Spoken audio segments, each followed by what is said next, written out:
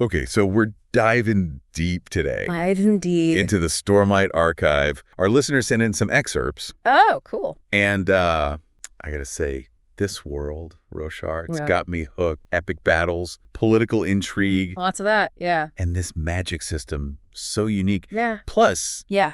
big news, right? The first arc is done. 5 books. 5 massive books. Yeah. But here's the thing. There's gonna be, Oh, wait.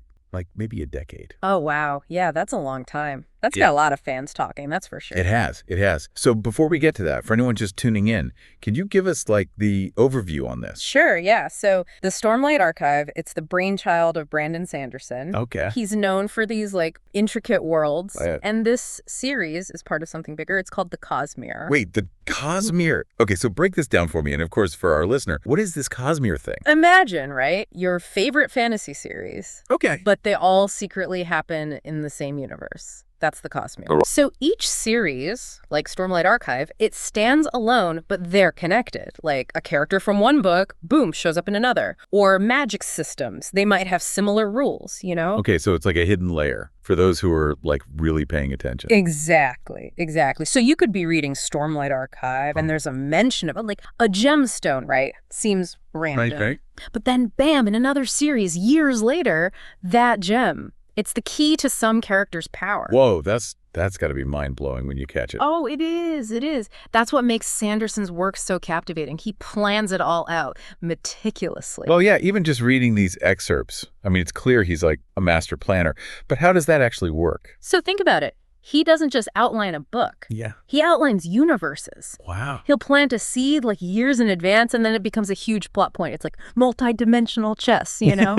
Every move matters. That's intense. Okay, so we got to talk about this hiatus, though, right? A decade. While we wait for Sanderson's next move, that's a long time. It is, but it gives him time. Time to expand the Cosmere. So more series, even. Yeah, he's hinted at new ones, delving deeper into the magic, the history. So maybe tying back into Stormlight Archive eventually? Oh, absolutely. Enriching what we already know about Roshar, the characters. So it's like a giant tapestry. Exactly. And each new series is another layer. Yeah, more detail, more complexity. That makes the wait a little less daunting, honestly. Yeah. Plus, rereads, fan theories. People can dive back into those 5 books, the whole arc, and look for clues. Oh, yeah, with a different lens now, knowing how it ends. Right. It all adds to the experience. Anticipation, discussions, the theory. It's the longevity. Exactly. So about these books, what makes Stormlight Archive itself, like, stand out? There's so much epic fantasy out there. Well, one thing is the world building. Roshar, the planet. Right, Roshar. It's shaped by these high storms. Oh, yeah, you mentioned those. Massive storms. They impact everything. The culture, the ecology,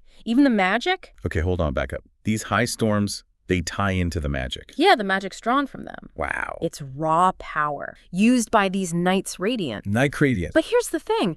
They're not just warriors. They're bound by oaths. Oaths. Yeah, strict ones that affect their powers. Each order of Knights Radiant, they swear different oaths, get different abilities, like Windrunners. I've heard of those. They're about protection, movement, they control the winds, super agile. So the magic system is tied to, like, ethics, a moral code. It adds complexity, right? Yeah. Is power worth sacrificing yourself for? It's a big theme. Wow, so the protagonist, he's a Windrunner, right? Yeah, he is. What are some of the, like, overarching themes in this first arc? What makes these characters tick? Trauma, redemption, overcoming adversity. They're flawed, Sick. relatable. They change so much, struggling with self-doubt, loss, responsibility.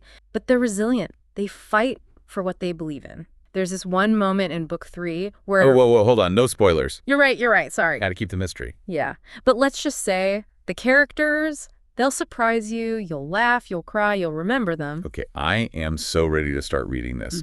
But knowing that it's on pause, does that, like, change how you approach it or how our listener might? Absolutely. We have a complete arc, so we can appreciate the details, the foreshadowing, everything. Yeah, knowing it's building to something. Right. We can savor it. That's a great point. So to our listener, if you want a fantasy world that's, like, truly immersive, complex characters, a mind-blowing magic system. Oh, yeah. Dive into the Stormlight Archive. The wait might be long, but it's worth it. And hey, don't forget the Cosmere. Who knows what you'll find out there. Happy reading, everyone. Until next time.